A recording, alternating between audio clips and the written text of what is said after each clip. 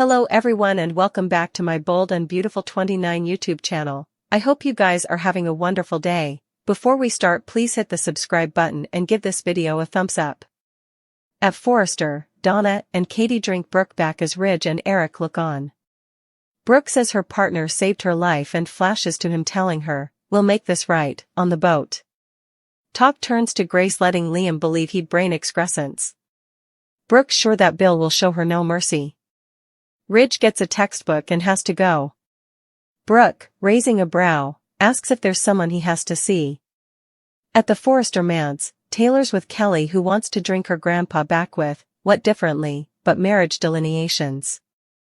In the design office, Electra remarks on Ridge saving Brooke the way he will saved her from Remy. She tells her swain it's commodity she'll no way forget. Will urges her to open up to him. Electra admits she's still floundering, and they embrace. Amid some flashbacks, Will assures his gal he'll always be then for her. Electra confesses that the fake buff made her more conservative when it comes to some effects including them. She assures her swain that she wants him. Will tells her there's no rush and he'll stay, but looks disappointed when they clinch. In the main office, Brooke bellyaches to Eric, Katie, and Donna about Ridge going to see Taylor. She tells them they participated in a magical moment in Naples. Eric and Donna try to assure Brooke that everything will work out with Ridge. When they leave, Nick appears to check on the golden and clear many effects up. Katie's sure to mention Ridge coming to Brooke's deliverance as she leaves the office. Nick apologizes for the boat accident and is glad to see that Brooke's okay. When Nick learns Ridge has gone to see Taylor, he pulls out an engagement ring and reveals he'd a offer planned for their boat trip.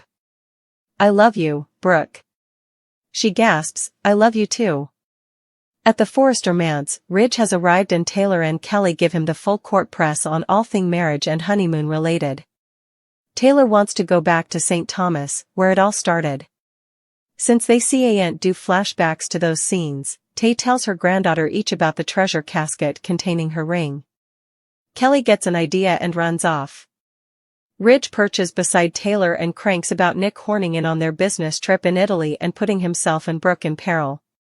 Taylor's sure it was hard for him to nearly lose Brooke but takes the occasion to remind Ridge that the Golden has a pattern of unhealthy jest. When it comes to him, he's not interested in talking to the world-renowned psychiatrist, just his fiancée. Accommodating as always, Taylor reveals that she's started planning their marriage. Ridge's eyes hit the bottom. Taylor pleads with him to not get smelled back in with Brooke. He deserves a life with someone like her. As Ridge clears his throat to broach commodity delicate, Kelly plays the spoiler by popping up to declare how agitated she's about their marriage. Nick is a man on a charge, and that charge is Operation Brooke forever. Forget flowers, forget whining and dining, and forget the slow burn. Nick's rolling up with a ring in one hand, determination in the other, and absolutely no tolerance for the long game. His plan? Well, it was to sweep Brooke off her bases in Italy and make her his fiancée before she could indeed finish her cappuccino. One problem, or should we say one Ridge problem. Just as Nick's grand romantic vision was gaining broom, Brooke took a spill overboard and landed back in another man's arms. And not just any arms, these were full-on heroic, knight in shining armor arms. Ridge's life-saving arms. Cue the slow stir reunion, the rumored fortune gibberish, and yes, the ineluctable Ridge-Brooke kiss. It was like watching the topmost successes of their relationship again. Utmost suitors would see that as their cue to exit stage left. Not Nick. Oh no. He's doubling down. The spoilers are clear, he's not just sticking around, he's making sure that ring finds its way onto Brooke's cutlet history. He's channelizing his inner, pick me, choose me, love me, and honestly, it's giving us drama gold. Then's the thing, as wild as this offer seems, should Brooke perhaps, just perhaps, say yes? Let's be real, decades of Ridge and Brooke have been a masterclass in romantic whiplash. They're either passionately together or passionately piecemeal. They break up, they make up, wash, repeat, and the cycle no way ends. Brooke deserves stability, not a merry-go-round of fortune speeches. And Nick? Nick is the Joe who'd make her a castle, crown her queen, and make sure she no way doubts his love. He's not detracted by Taylor. He's not keeping a spare love in his reverse fund. Brooke would be it. Sure, proposing without a single date is reckless. Yes, this is moving faster than a Forrester fashion line hitting the runway. But then's the twist, occasionally a bold vault leads to the stylish wharf. Could Nick be the man who eventually breaks Brooke's pattern? Could this go to the moment engagement turn into a ever kind of love? Or is she just one soft focus flashback down from sprinting back into Ridge's arms? The only thing we know for certain is that this offer, presto, furious, and fully unorthodox, might just be exactly what Brooke needs. Or it could be the most spectacular crash and burn of the time. After their important trip in Italy, the Forresters are back in Los Angeles. Brooke had a close call when she fell overboard during a boat lift with Nick. But luckily, Ridge was there to deliver his Logan. After her near-death experience, Brooke is allowing about her future and will have an important decision to make. When Nick stops by Forrester Creations to check on her, he has a surprise. Nick pulls out a ring and tells Brooke this is end over for them because he loves her. Brooke was ready to ride off into the evening with Nick in Italy, but have her passions changed? Ridge's love for Brooke has reignited after she nearly drowned. Yet, there's a problem keeping Bridge from reuniting Ridge's engagement to Taylor. Ridge fills Taylor in on what happened in Italy. When the discussion switches to Brooke's love life, Taylor says Brooke's future is without Ridge. Taylor also declares that she's not taking off her ring. After shambling into Lee's place unannounced, Sheila discovered Luna is still alive.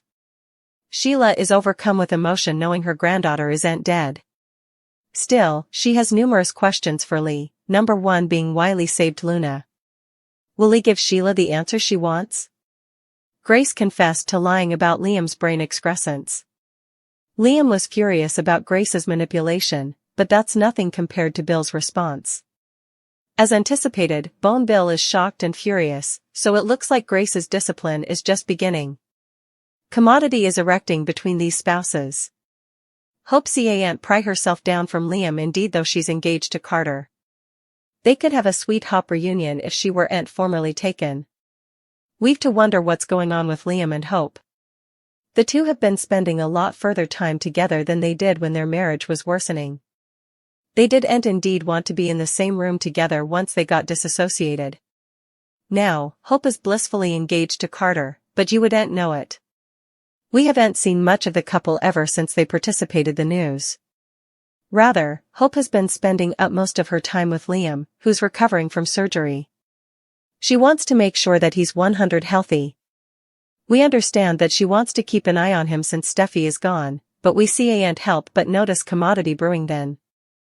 The spouses are getting on well and are indeed flirting with one another. Does this mean a Hop reunion is in the workshop? Both Hope and Liam have important to look forward to, in different ways. Liam aloud. He was going to die. Now, he has an alternate chance at living. He's also feeling like his old tone again. As for Hope, she got her job back at Forrester Creations. Plus, she's looking toward her future with Carter. But that's the problem. This might not be the future she envisaged for herself, especially not when she catches him in Daphne's fauces. A managed engagement might not be. Carter could still be hiding commodity from the night when Daphne went over his place. And interestingly enough, Liam and Hope are now drama-free, for the first time in decades. Steffi is happily married to Finn. They've both recovered from the trauma of nearly losing their son, Beth. Also, there's no Thomas around, trying to steal Hope down from Liam. Still, this would be a good time to sluggishly rebuild their relationship and see what happens, if anything. Perhaps these spouses could make it work after all. But it would have to take Hope to realize that she loves Liam more than Carter. Or perhaps it would take Carter's kittenish badinage with Daphne for her to drop him, formerly and for all.